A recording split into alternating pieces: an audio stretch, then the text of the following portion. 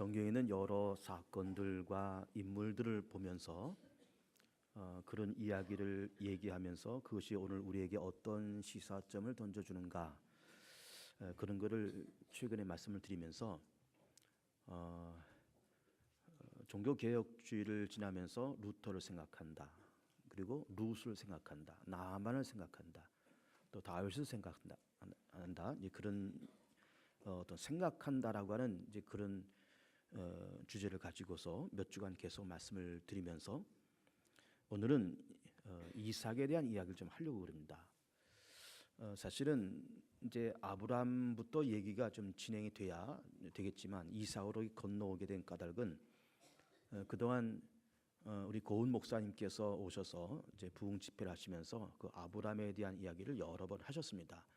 갈대에서 말한다, 모리아에서 말한다, 이렇게 그렇게 아브라함에 대한 말씀 많이 하셨고, 또 저도 최근에 뭐 심야 기도의 시간이나 또 이런 시간에 아브라함에 대한 이야기를 여러 번 했기 때문에 그 아브라함에 대한 이야기를 건너뛰고 오늘은 그 아브라함의 아들인 이삭에 대한 이야기를 하면서 이삭을 생각한다, 이런 제목의 말씀을 드립니다. 편안하게 앉아서 제 설교를 들으시면 되겠습니다. 아브라함 그러면 우리는 언제나 주전 2000년을 떠올리면 됩니다. 그래서 아브라함은 이스라엘 민족의 시조고 이스라엘 사람이다, 유대인이다, 히브리 사람이다라고 할 때는 그 다 아브라함의 후손들을 가르쳐서 이야기를 하는 겁니다. 그래서 아브라함은 이스라엘 민족의 시조죠. 그리고 믿음의 조상인 겁니다. 그리고 이 아브라함이 이삭을 낳고 이삭이 야곱을 낳고 야곱이 12아들 낳으면서 12지파가 그렇게 만들어집니다. 아브라함이 지금의 이라크 땅인 갈대아 우르에 살고 있을 때 하나님께서 75세 된 아브라함을 부르시면서 너는 고향 친척 아비집을 떠나서 내가 네게 지시할 땅으로 가라, 그렇게 말씀하시면서 세 가지 축복을 주십니다. 내가 너를 큰 민족을 주겠다, 네 이름을 창대케 하겠다, 너는 복이 될지다, 그렇게 말씀하시면서 정말로 이렇게 세 가지 축복이 아브라함이 시간 지나가면서 다 이루어졌다라고 하는 것을 우리는 성경을 통해서 볼 수가 있습니다. 75세 된 이 아브라함이 고향을 떠나서 하나님의 명령에 순종하면서 고향을 떠납니다. 그러면서 이제 한 10년쯤 이렇게 지나가면서 하나님께서 분명히 큰 민족을 주시겠다고 그렇게 말씀하셨지만은 아들이 없어서, 그래서 좀 인간적인 생각을 발동하면서 몸종 하갈을 통해서 이스마엘을 낳죠. 근데 하나님께서는 그 이스마엘이 큰 민족을 이루겠다고 하는 그 씨가 아니다, 그 약속의 씨가 아니다, 그 육신의 씨지 약속의 씨가 아니다, 그렇게 말씀하시면서 결국은 이제 이 하갈과 또 아브라함의 본처인 사레와 갈등 속에서 그 하갈과 이스마엘을 내쫓는 그런 그 집안 안에서의 또 분쟁과 갈등도 생기게 되죠. 그런 우여곡절의 시간이 지나가면서 아브라함의 100살 되던 해에 이삭을 낳게 됩니다. 그래서 그러면 이 나이에, 이 늙은 나이에 아들을 주셨으니 이 아들을 통해서 큰 민족을 이루시려나 보다, 그렇게 생각하던 차에 이삭이 나이가 점점 들면서 한 20살 가까이 됐을 무렵에 하나님께서는 갑자기 네 아들을 내게 번제로 바쳐보라고 그렇게 말씀을 하십니다. 그 하나님의 명령에 아브라함은 뭐 가타부타 얘기도 안 하고 뭐 싫다 좋다도 안 하고 그러면서 그 말씀을 순종하면서 자기 아들을 데리고 또 장작과 불을 준비해서 모리아 산으로 가서 자기 아들 이삭을 제물로 바칩니다. 그 모리아 산이 지금 예루살렘을 얘기를 하는 겁니다. 예루살렘 산, 시온 산, 이게 다 그 예루살렘을 얘기를 하는 거예요. 그 모리아 산에 가서 정말 아들을 결박해서 칼을 뽑아서 자기 아들을 죽여서 제물로 바치려고 할 때 하나님은 그 칼을 급하게 멈추시죠.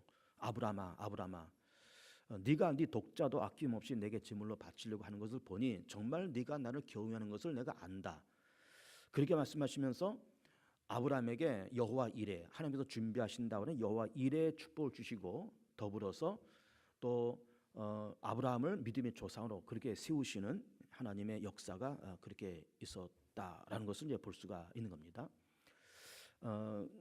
그런 그 여정을 이렇게 거쳐오면서 그러면서 아브라함이 이삭을 낳고 이삭이 야곱을 낳고 이제 그런 그 가계를 그렇게 만들어 갑니다. 그러면서 오늘 이제 우리가 보고자 하는 것은 그 아브라함의 아들인 이삭에 대해서 좀 말씀을 보고자 합니다. 그렇게 해서 어쨌든 이 아브라함이 나이 100살 되어서 낳은 이삭이 장가를 가는데 좀 늦장가를 갑니다. 40살에 장가를 갑니다. 40살에. 그래서 아브라함이 이제 아들이 점점 나이가 들고 좀 늦장가를 가기는 가야 되겠지만은 이 가나안 땅에 있는 그 여인들이 대부분 우상을 섬기고 이방신을 섬기는 여인들이라서 좀 고향에서 하나님을 신실하게 섬기는 좀 조신한 여자를 좀 아내로 맞이했으면 좋겠다. 우리 자부로 맞이했으면 좋겠다라는 생각이 들어서 아브라함이 자기 종을 그 자기 고향인 갈대아 우르로 그렇게 보냅니다. 보냈더니 아브라함의 종이 이제 거기 가서 아브라함의 고향에 도착해서 도대체 어디 가서 여자를 구합니까? 어디 가서 주인의 자부감을 구합니까? 그래서 막막하던 차에 이 종이 이렇게 하나님 앞에 기도합니다. 하나님, 내가 우리 주인의 자부를 구하려고 내가 여기 왔는데 어디서 내가 여인을 만나겠습니까? 그런데 이 운물가에 이렇게 도착해서 이 운물가에 어느 시간이 되면 여인들이 물을 길러 올 텐데 내가 어느 여인에게 내게 물을 달라고 얘기할 때 나한테 물을 줄 뿐만 아니라 내가 끌고 온 이 짐승떼들한테도 물을 주는 그 여자가 있다 그러면은 그 여자가 우리 주인의 자부감인 줄 알고 데려가겠습니다. 이렇게 하나님께 기도를 했습니다. 근데 그 기도가 끝나자마자 어느 여인이 그 물을 길러 왔는데 그래서 이제 이 아브라함의 종이 선뜻 하는 말이 내가 멀리서 왔는데 목이 가라니 나한테 물 좀 달라. 그랬더니 이 여인이 이 아브라함의 종에게도 물을 주고 특별히 부탁한 것도 아닌데 짐승들한테 다 물을 먹이는 겁니다. 그래서 이 아브라함의 종이 하나님 앞에 감사하면서 하나님 내 기도를 들어주신 것을 감사합니다. 그러면서 이 여인이 우리 주인의 이제 그 자부가 될 여자로군요 하면서 이제 그 여인에 대해서 어디 살았냐, 아버지가 누구냐 이렇게 물어봤더니 그 여자가 누군가면은 아브라함의 동생의 딸이에요. 아브라함의 동생의 딸. 그래서 그 여자를 데려다가 이제 아브라함의 자부로 삼는 겁니다. 그러니까 이삭은 그 리브가라는 여자와 결혼을 하는데 결국 자기 사촌 누이 동생하고 결혼을 하는 거예요. 나이 40에 결혼을 했습니다. 그리고서는 금방 아이를 낳은 것이 아니고 20년 만에 아이를 낳습니다. 그래서 이삭이 나이 60세 되던 해에 쌍둥이 형제를 낳는데 그 쌍둥이가 그 유명한 야곱과 에서예요. 이삭이 좀 그렇게 좀 늦장가를 가고 아이도 늦게 20년 만에 아이를 낳습니다. 그러면서 야곱과 에서를 그렇게 낳은 거예요. 이런 그 인생을 거쳐가는 것이 이제 이삭인데 그러면서 그런 인생을 살면서 우리가 이제 오늘 본문을 보면서 그렇게 사는 이삭이 오늘 12절과 13절을 보면은 이삭이 그 땅에서 농사를 지어서 100배를 남겼다 그랬고 그리고 여호와께서 복을 주시므로 그가 창대하고 왕성하여 마침내 거부가 되었다. 이렇게 말씀한 것입니다. 그러니까 이렇게 이삭이 아버지 아브라함의 믿음을 유산 받아서 그러면서 거부가 되고 그리고 그의 농사져서 100배를 얻었다. 이런 이야기인 거예요. 여러분, 100배라고 할 때 어디선가 좀 드름직한 말씀 아닙니까? 이 100배라는 말이. 우리 복음서를 보면은 예수님께서 그 씨 뿌린 자의 비유를 말씀하시잖아요. 그래서 농사진 사람이 씨를 뿌렸는데 어떤 것은 길가에, 어떤 것은 돌밭에, 어떤 것은 가시밭에 떨어졌다. 다 열매를 맺지 못했는데 좋은 땅에 떨어진 씨는 뿌리를 내리고 잎사귀가 나오면서 열매를 맺으면서 30배, 60배, 100배의 결실을 거두었다는 겁니다. 100배라고 할 때 그럼 30배만 얻어도 잘 얻었다는 겁니다. 사실은. 그리고 60배를 얻었다? 그거 괜찮아. 100배를 얻었다 그러면 야, 그 대박을 쳤네? 그런 말입니다. 그런 말. 그러니까는 30배만 얻어도 잘 얻었다는 것이에요. 100배? 그건 대박을 쳤다는 겁니다. 근데 여러분, 이 가나안 땅은 비가 좀 덜 내리는 땅입니다. 또 사막도 많고 그런 땅이고 척박한 땅이기 때문에 30배만 얻어도 많이 나오고 100배를 얻어도 많이 난다. 우리 그렇게 얘기했지만은 우리나라의 벼농사를 예를 든다 그러면은 우리나라는 몇 배가 날 것 같습니까? 우리나라는 이제 봄에 벽씨를 여러분 농사짓는 분은 아시죠? 또 벽씨를 언제 물에 담그는가 하면은 양력 4월 1일 날 벽씨를 물에 담급니다. 벽씨를 물에 담궈서 그 모판을 만들어서 이 모판을 이제 기른 다음에 이양개에 넣어서 이걸 5월 말이나 6월 초에 모내기를 하는 거예요. 이렇게 모내기를 하면서 예를 들어서 벽실을 한 가마를 이거를 모종을 내 가지고 이거 모판을 만들어서 2안개 싣고 이거 심어서 나중에 거둬 들였을 때 우리나라는 평균 얼마가 나는가 하면은 300배 내지 400배가 납니다. 농사를 잘 짓는 분들은 그 이상도 납니다. 그러니까 우리나라는 100배라 그러면은 우리나라는 이건 농사 못 짓는 거예요. 우리나라는 300배, 400배, 한 500배 나야 농사 제대로 졌다 이렇게 얘기를 하는 겁니다. 근데 이 땅은 땅이 척박하고 비가 적게 내리는 땅이기 때문에 30배만 해도 잘 되고 100배라 그러면 대박을 친 겁니다. 근데 이삭은 그 땅에서 농사를 지어서 그 해에 100배를 얻으면서 정말로 대박을 치면서 농사를 지은 겁니다. 또 그것도 그거지만은 오늘 본문 말씀 보면은 그가 마침내 거부가 되었다는 거예요. 큰 부자가 되었다는 겁니다. 그래서 오늘 이 말씀 이삭을 생각한다는 말씀을 드리면서 이삭이 어떻게 살았기에 정말로 100배를 얻었고 마침내 거부가 되었는가, 그 비결이 무엇인가라고 하는 것을 한 서너 가지 찾아보고자 합니다.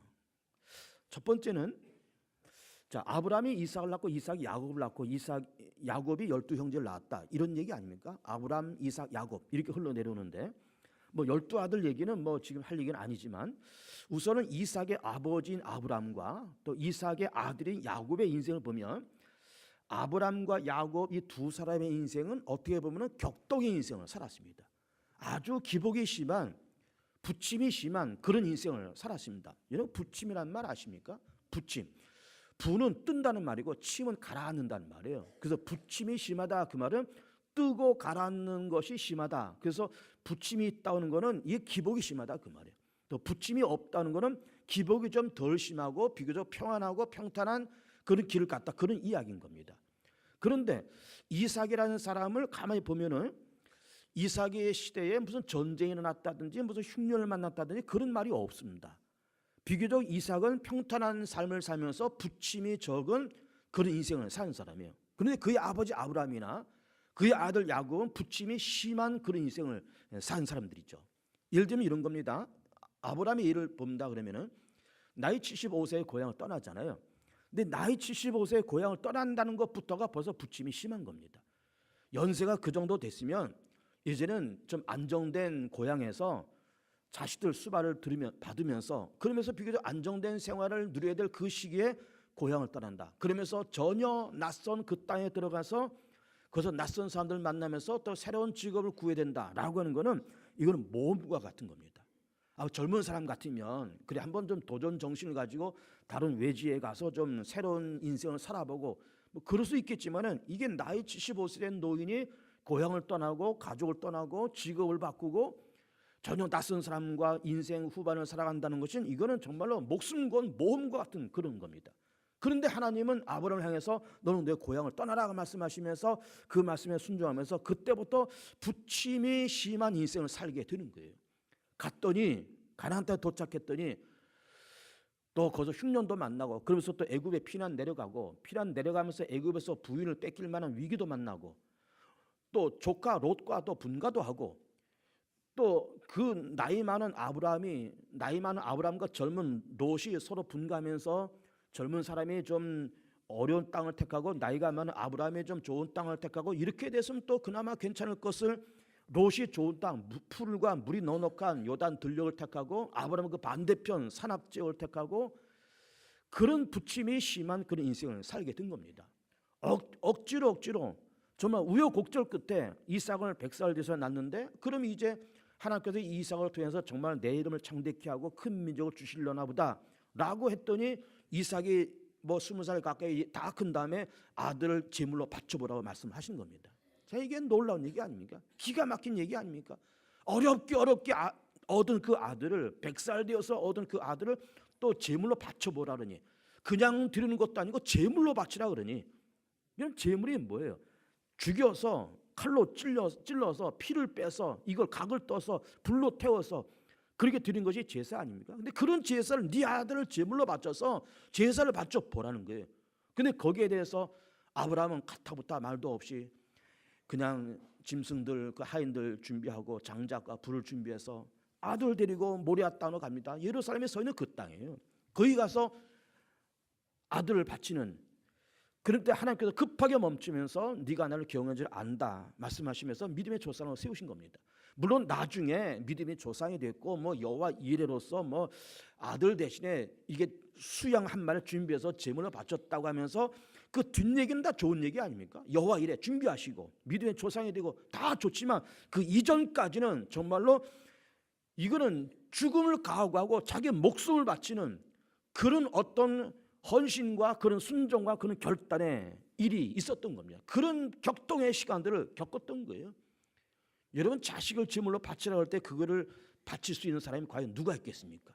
쉽게 할 수 있는 일이 아니에요. 그럼에도 불구하고 그렇게 순종하면서 하나님을 그렇게 따라갔던 겁니다. 그렇게 어쨌든 부침이 많은 그런 인생을 살아간 거예요. 자, 아브람도 그렇지만은 이삭의 아들인 야곱도 역시 그렇다고 볼 수가 있습니다. 쌍둥이 형제 야곱도 이제 태어날 때 형의 발꿈치를 잡고 태어나고 형을 속이고 장자의 명분을 사고 아버지 축복기도를 뺏고 그러면서 삼촌 집으로 도망가고 삼촌 집에서 20년 동안 있으면서 정말 눈붙일 겨울 없이 그렇게 있었고 오면서 또 삼촌한테 쫓겨서 오고 또 형이 온다는 소식 듣고 형이 막 군대를 끌고 온다는 말 듣고 부들부들 떨면서 야복강에서 천사 씨름을 하고 그런 정말 기복이 심한 난리와 같은 인생을 그렇게 살아간 겁니다. 그러니까는 이삭을 지금 얘기하고 있지만 그 아버지 아브람도 아들 야곱도 격동과 부침이 심한 그런 인생을 살았지만은 유독히 가운데 있는 이 이삭은 아버지보다도 아들보다도 상당히 평탄하고 부침이 없는 아주 평온한 인생을 그렇게 살았던 겁니다. 부침이 없는 인생. 사실 이게 좋은 겁니다, 여러분. 좋은 겁니다. 예를 들면 우리 이제 사업을 한다 그럴 때 어떤 사람이 뭐 부모 돈도 좀 받고 또 여기저기서 돈 끌어다가 뭐 어떤 사업을 한다 하면서 또 이게 벌려놨는데 뭐 잘 되면 참 좋겠지만 이게 한 1년 2년 하다가 다 들어먹고 다 뒤집어 엎어버리고 또 뭐 딴 거 한다 하면서 또 여기저기 돈 끌어다가 또 뭐 해서 좀 잘 되는가 싶어도 또 다 들어먹고 다 뒤집어 엎어버리고 그러면서 이거 하다가 한 1년 하다가 뒤집어 엎고 저거 하다가 1년 하다가 뒤집어 엎어버리고 본인이야 뭐 이런 것도 해보고 저런 것도 해보고 뭐 사람이 뭐 인생이 한 번이 두 번이냐 그러면서 좀 어떤 야심과 어떤 도전 의식이 갖고 이것저것 해보는 거는 본인은 그렇게 하는 거지만은 옆에서 지켜보는 가족이나 부모는 이게 피 말리는 일입니다. 피 말리는 일이에요. 그러니까는 뭘 한 가지를 꾸준히 해가면서 정말 거기서 승부를 걸 수 있는 부침이 없는 인생을 살아야 본인도 편안하고 옆에서 지켜보는 사람도 다 편안한 겁니다. 여러분 직장도 그렇지 않습니까? 어렵게 이렇게 직장 구해서 좀 진득하게 좀 10년 다니고 20년 다니고 30년 다니면서 좀 이렇게 평사원으로 있다가 뭐 계장도 되고 과장도 되고 부장도 되고 그러다가 정말 잘 되면 그 회사 이사도 되고 그러면서 정년 은퇴하고 퇴직금도 넉넉하게 받고 그래서 이렇게 좀 직장 생활도 구순하게 그렇게 하면 좋을 것을 갔다가 몇 달만 또 뛰쳐나오고 어디 들어갔다 또 몇 달만 뛰쳐나오고 그러다 또 할 일 없으니까 또 이것저것 뭐 일용직이나 돌아다니고 알바나 하고 돌아다니고 또 어디 들어갔다 또 뭐 1년 만에 뛰쳐나오고 이렇게 되다 보면 이게 본인도 힘들고 옆에서 지켜오는 사람은 굉장히 힘든 겁니다. 제일 힘든 사람은 가족이에요. 본인이야 뭐 해보고 싶은 거 이것저것 해본다고 그러지만은 이게 옆에서 지켜보는 가족들은 피 말리는 사건인 겁니다. 어쨌든 우리 사랑하는 개봉중학교 성도들께서는 부침이 없는 인생을 살길 축복합니다. 그것이 사업이 됐든 직장생활이 됐든 다 부침 없는 인생이 좋은 거예요. 여러분 신앙생활도 그렇지 않겠습니까?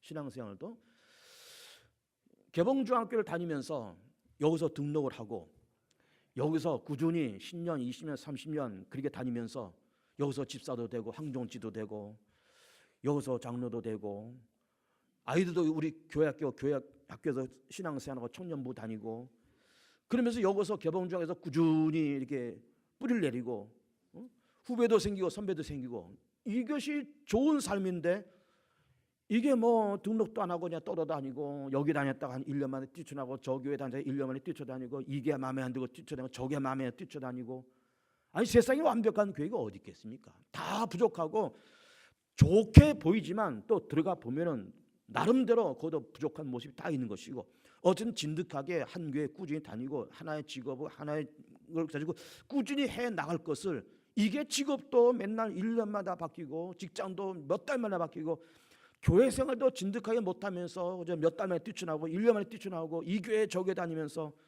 이러고 돌아다니는 거는 이거는 올바른 신앙생활이 아닌 겁니다. 이삭을 보면은 참 부침없는 기복이 없는 꾸준하고 일관성 있는 그런 인생을 살아간 참 좋은 인물이다 그렇게 보는 것이고 우리 성도들께서도 그지 신앙생활이 되었던 어떤 자기 직업이 되었던 부침이 없는 참 평탄하고 지속적으로 나아가는 그런 인생과 그런 직업과 그런 생업이 있길 축복합니다. 두 번째로는 우리 성경에 지금 읽진 않았지만 르호보 사건이 기록이 되어 있습니다. 르호보 사건. 이 르호보 사건이 뭔가 하면은 이삭이 오늘 본문에 말씀하신 것처럼 그의 농사를 져서 100배를 얻었고 마침내 거부가 됐다는 것 아닙니까? 그 거부가 되니까는 이 지역 사람들이 시기를 하는 거예요. 또 이웃나라 블레셋 사람들이 시기를 하는 겁니다. 그러면서 이삭이 파놓은 우물을 이걸 메꿔 버리는 거예요. 우리나라는요 아무데나 파도 물이 나옵니다. 우리나라는. 근데 이 이스라엘 땅 물이 적은 이 땅에 이 물 나오는 데를 파서 우물을 얻는다는 거는 이거는 기적적인 일이고 그것도 넉넉하게 식구들도 먹고 짐승도 먹을 수 있는 넉넉한 물이 나온다는 거는 이거는 굉장한 재산을 갖고 있는 거예요. 우물을 소유하고 있다라고 하는 거는 요즘 말하면 강남에 한 10층짜리 상가 빌딩을 소유하고 있다는 것과 똑같은 거예요. 그만큼 엄청난 재산을 소유하고 있는 겁니다. 그랬더니 이 지역 사람들이 시기하면서 우물을 다 메꿔버리는 거예요. 근데 시기를 하는 까닭이 뭔가 하면은 지금 아브라함의 이 가족들은 가나안의 원주민들이 아니잖아요. 이른바 굴론돌이지 않습니까? 갈대아우로 지금의 이라크 땅에서 건너온 사람들이고 그 사람들을 향해서 히브리라고 그리 이름을 붙인 겁니다. 그래서 히브리인이라고 하는 거는 아브라함 자신이 붙인 말이 아니고 가나안의 원주민들이 붙인 말입니다. 저 사람은 히브리 사람들, 히브리인, 강 건너온 사람들, 그리고 강 건너 왔다는 것은 결국 뜨내기요 떠돌이라는 말입니다. 아브라함의 백성을 떠돌이, 뜨내기 그런 말 별로 좋은 말이 아닙니다. 굴러온돌 그런 말입니다. 그런데 이게 히브리 사람 굴러온돌이 박힌 돌을 빼고 여기다가 우물을 파서 잘 되고 뭐 100배를 얻고 마침내 거부가 된다 그러니까는 이게 시기가 나서 와서 우물 맺고 또 우물 맺고 그래 버린 겁니다. 그랬다 그러면 우리 같으면은 막 화가 나서 한바탕 싸움도 하고 전쟁도 하고 막 그럴 텐데 이삭의 삶을 가만히 보면은 블레셋 사람들이 우물 메꾸고 지역 사람이 우물 메꾸면은 싸우질 않는 거예요. 그러면서 우물 메꿨대? 그럼 딴 데서 파지 뭐. 그러면서 딴 데서 물 파니까 더 좋은 물이 나오네. 근데 또 우물을 메꿉니다. 메꿨대? 또 파지 뭐. 딴 데서 파니까 더 좋은 물이 나. 그렇게 몇 번을 파다가 마지막에 르호봇이라는 우물을 만나게 되는데 르호봇이라는 말은 넓다는 말입니다. 우물을 팠더니 전보다 더 넓고 더 깨끗하고 더 풍부한 물이 나왔다는 거예요.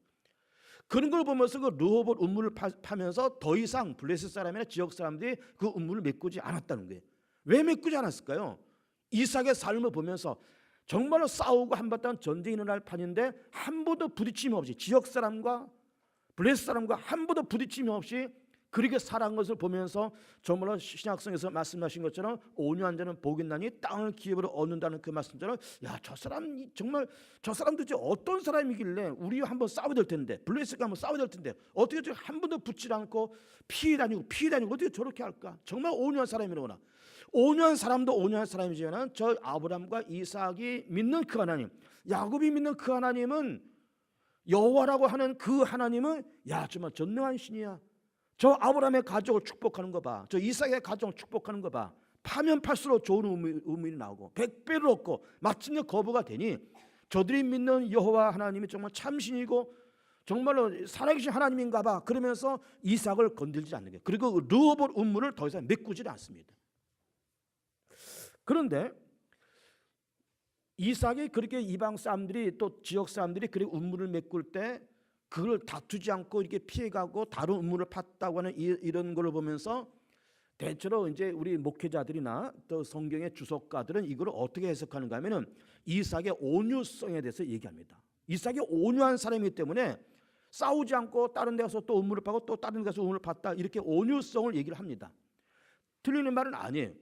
근데 온유하다고 하는 것 때문에 하나님께서 이삭을 이렇게 복을 주셨을까? 가만히 보면 또 다른 뜻이 있다는 것을 볼 수가 있습니다. 그 또 다른 뜻이 뭔가 하면은 물론 이삭이 온유해서 싸우지 않고 또 다른 우물을 팠지만은 이삭은 자기의 삶의 목표와 비전이 뚜렷한 사람이었어요. 아브라함도 마찬가지고 이삭도 그렇고 야곱도 마찬가지, 자기의 삶의 비전과 삶의 목표가 뚜렷한 사람들이었습니다. 여러분 보세요. 지금 이 지역 사람들이, 이 블레셋 사람들이 우물을 메꾸고 있잖아요. 내가 판 우물을 이방 사람들이 메꿨다고 하는 거는 이건 세상 인심이 그렇다는 거예요. 여러분 세상 인심은 야박하고 살벌하고 치열하고, 우리는 소리 없는 전쟁터에서 우리가 다 살지 않습니까? 전쟁터 같은 세상에서 막 총알이 날아다니고 대포가 날아다니는 건 아니지만 그 이상으로 살벌한 세상에서 우리가 다 살고 있는 겁니다. 살벌한 세상에서 인심도 박하고 사람들은 사납고 그렇잖아요. 주차 문제 때문에 사람이 다퉈서 살인도 일어나고 2층과 3층 층간 소음 때문에 서로가 위아래층 살면서 싸우면서 살인도 일어나는 겁니다. 뭐 재산 때문에 뭐 형제간에 뭐 다툼이 일어난 거는 뭐 비일비재한 사건이고, 그 세상은 늘 세상 풍조는 갈리고 세상 풍조는 야박하고 치열하고 살벌하고, 이게 세상 인심인데 이 이삭은 그걸 알았던 겁니다. 그래, 우물 메꿨대? 그래, 그 사람들 생각이 부족하고 염치와 체면이 없고 양심이 없는 사람들인데 당연하지 뭐. 세상은 그래. 그러나 하나님은 그렇지 않아. 하나님은 살아계시고 하나님 전능하시고 그 하나님은 내가 섬기는 하나님이시고 그 하나님이 나를 아들로 자녀로 불러시고 그 하나님이 나와 함께 하시고 내 갈 길을 예비하시고 인도하시는 전능하시고 선하신 하나님이야. 그러면서 세상 풍조는 나날이 갈리고 세상 풍조는 험할지라도 거기에 요동되지 아니하고 하나님의 살아계심과 하나님의 전능하심을 믿고 또다시 우물을 파는 거예요. 또다시 우물을 파는 겁니다. 여러분 참 가슴 아픈 얘기지만은 지금은 교회 정체 시대고 교회 저성장 시대입니다. 그런 시대에 우리가 살아오고 있습니다. 그러면서 왜 그런가라고 하면은 세상에는 놀고 먹고 즐길 거리가 너무 많습니다. 세상에는 재미있는 것이 너무 많아요. 재미있는 것이 너무 많아요, 세상은. 그럴 때 젊은 사람들이 재미있는 세상을 짝하면서 교회와 이 믿음 생활과 영적인 세계를 점점 멀리 하고 있는 거예요. 그런데 그렇게 세상은 재미가 있고 즐길 거리가 많은 그런 세상이지만은 그럼에도 불구하고 우리의 생각과 우리의 목적과 우리의 비전은 무엇이 되어야 되는가 하면은 그럼에도 불구하고 하나님은 살아계시고, 그럼에도 불구하고 종교가 많고 이단이 많고 버글버글거리지만은 그럼에도 불구하고 예수가 나의 주님이시고, 그럼에도 불구하고 예수님의 십자가를 통해서 우리 다 구원받는 것이고 예수 외에는 구원이 없는 것이고, 하나님이 예수 그리스도의 십자가를 통해서 나를 구원하셨고 하나님의 나를 알고 내가 하나님 알고 내가 오늘 밤 세상 떠나도 하나님 내 영혼을 거두어가서 천국으로 그래 불러가실 것이고, 이런 믿음이 확고하면은 세상에서 놀거리 즐길거리가 아무리 많고 뭐 이단이 날뛰고 세상에 뭐 교회가 저성장 시대고 다 그럴지라도 우리는 언제나 예수 중심으로, 교회 중심으로, 예배 중심으로, 기도 중심으로 그렇게 살아가는 거예요. 세상 풍조를 아무리 달려도 바뀌고 난리가 일어나도 오늘 나는 예배를 목숨같이 지키고 믿음을 목숨같이 지키고 오늘 주일을 목숨같이 지키고 매일매일 해야 될 이 박스 기도를 목숨같이 지키고, 세상 풍조는 나날이 갈리는 겁니다. 나날이 갈리는 겁니다. 그래도 내 믿음, 내 신앙, 내 삶의 주관, 내 삶의 비전, 내 삶의 목적은 목숨같이 지키고 살아가는 거예요. 그렇게 살아가는 겁니다. 태풍이 불어도 눈 하나 깜짝하지 않고 그냥 믿음으로 살아가는 거예요. 이게 이삭의 삶이었습니다. 부침이 없는 삶이었고 비전과 목적이 뚜렷한 그런 삶이었습니다. 예수님이 그런 삶을 사셨습니다. 여러분, 예수님이 33년 세상에 사시면서 오병이어 물고기 2마리 떡 5덩이로 5,000명 먹으니까 뭐 왕으로 삼자 막 떠들고, 거기에 예수님께서 전혀 동요되지 않습니다. 누군가 우리한테 와서 왕은 고사하고 광명시 시장 세워준다 그러면 눈이 막 뒤집어질 거야. 아니 뭐 하다못해 뭐 동네 반장을 세워준다 그래도, 우리 3동 동장 세우고 2동 동장 세운다 그래도 막 눈이 막 뒤집어질 거예요. 왕으로 세우겠다 그러는데도 예수께서 눈 하나 깜짝하지 않고 당신께서 깊은 산에 들어가서 기도하시는 거예요. 세상에 타협하지 않습니다. 예수의 십자가를 걸어가실 때 가룟 유다가 배신하고 빌라도가 사형도 내리고 제자들 다 도망가고 로마 군이 와서 막 채찍 때리고 침 뱉고 뭐 그런 난리가 일어나도 예수는 깜짝하지 아니하시고 아버지여 내 영혼 아버지 손에 부탁하네다 하면서 다 이뤘다 말씀하셔서 십자가에서 딱 죽으시는 거예요. 예수님도 죽으셔야 인간의 죄가 용서되니까. 예수님이 이 땅에 죽으시러 오신 거지. 십자가 짊어지러 오신 것이지 뭐 왕 되고 뭐 오병이어에서 뭐 인기 얻고 그러려고 오신 것이 아니거든요. 그 당신의 주관과 삶의 목적과 비전이 뚜렷하기 때문에 뭐 가룟 유다가 어떻고 제자들이 어떻고 빌라도가 어떻고 별일을 다 해도 눈 하나 깜짝하지 않고 당신의 길을 가는 거예요. 이삭이 그런 사람이었습니다. 뭐 난리가 일어나고 음물을 메웠단다 별일을 다 해도 그래 하나님이 또 주시겠지. 또 파고 또 우물 주시고 그러면서 르호봇이라는 거대한 우물을 얻었던 겁니다. 자기의 인생의 비전과 목적이 뚜렷해요. 하나님이 살아계시고 난 하나님의 손에 붙잡힌 사람이고 하나님은 내 인생을 예비하시고 인도하시는 전능하시고 좋으신 하나님 우물 하나 메꿨다 그럴지라도 그것 때문에 내 인생이 무너지는 것이 아니고 그것 때문에 하나님께서 안 계신 것이 아니라 하나님 또 다른 것을 예비하시고 또 다른 것을 인도해 가실 거라는 그 믿음과 비전을 가지고 꿋꿋하게 나아가는 거예요. 꿋꿋하게 나아가는 겁니다. 여러분 예배를 목숨같이 지키시고 늘 말씀드린 것처럼 박스기도 드린 건 목숨같이 지키시면서 그렇게 나아갈 때 여러분 이삭의 르호봇을 얻었듯이 우리도 르호봇을 얻는 거예요. 이리 쏠리고 저리 쏠리고 그냥 그렇게 살아가가지고는 르호봇이 나타나지 않습니다. 저 일관성 있게 꾸준히 그저 오늘도 기도하고 오늘도 예배를 삼하고 오늘도 예수 그리스도를 가슴에 품고 영접하고 박스기도를 놓치지 않고 꾸준히 그렇게 살아가고 그리고 내 교회, 내 직분, 내 자리, 내 위치, 내 사명, 내 달란트 꾸준히 간다면 나아갈 때 르호봇이 오는 것이지 그냥 오는 것이 아닌 겁니다. 아닌 겁니다. 행복하고 건강하고 복된 인생 되실 축복합니다. 우리 짧게 기도하겠습니다. 주님 우리에게도 르호봇의 축복을 주옵시고